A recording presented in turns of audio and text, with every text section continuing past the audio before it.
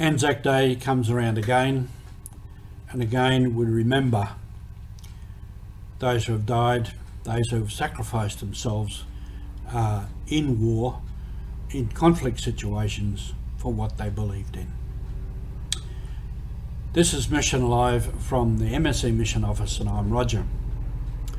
I remember years ago, many years ago, when I was a young fella and a student, I was in Melbourne, and there was of course the Anzac Day parade, and in the parade, and I think up on the steps of Victorian Parliament House, there were two of the old diggers on the horses. They'd been part of the cavalry, and they had the uniforms and everything on. And of course, at that stage there was the protests against the Vietnam War, the moratorium marches. And one of these marches took place on Anzac Day, everybody trying to make their point. And they had signs, you know, peace, big signs, peace, peace, make love, not war, and all of this sort of stuff. And apparently a reporter was close to where these two old diggers were sitting on their horses. And they looked at all this sort of stuff, and one leaned over to the other and said, "What do they think we went there for? What do they think we went there for?" Precisely what these moratorium marches were advocating. Peace, love, not war, justice. I'll never forget that little story. And why do these people go to war? Why did our men go to war, and our women? For peace. For what they believed in. For peace and justice and freedom, to live a good human life in peace. They're the values behind it. And if someone is threatening to take it away from you, which happened in many of those wars,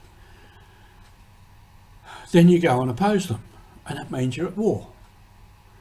Now, to me, there's nothing good about war. Nothing. Nothing. I suppose the except or for the reason why we go to war, to re-establish freedom and peace.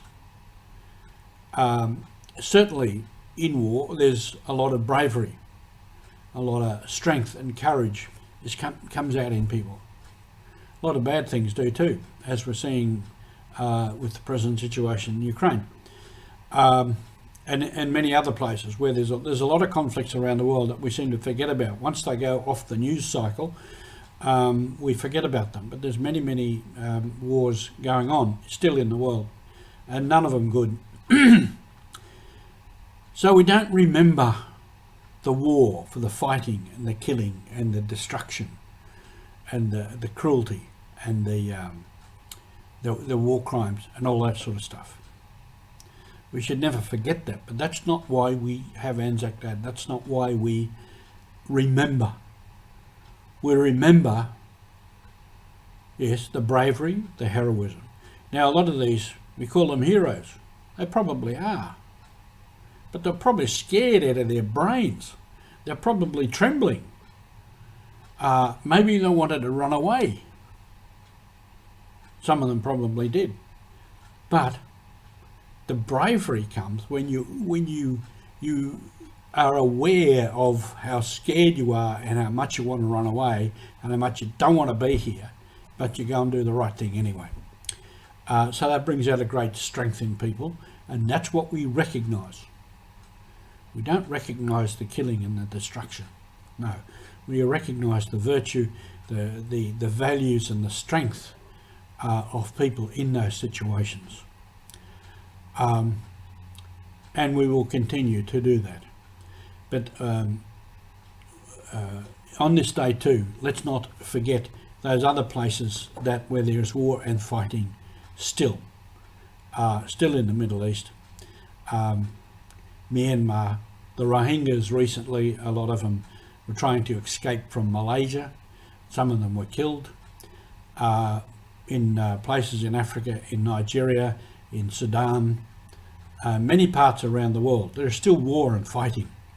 And the same sort of stuff is going on. The same bad stuff of killing and destruction. The same good stuff of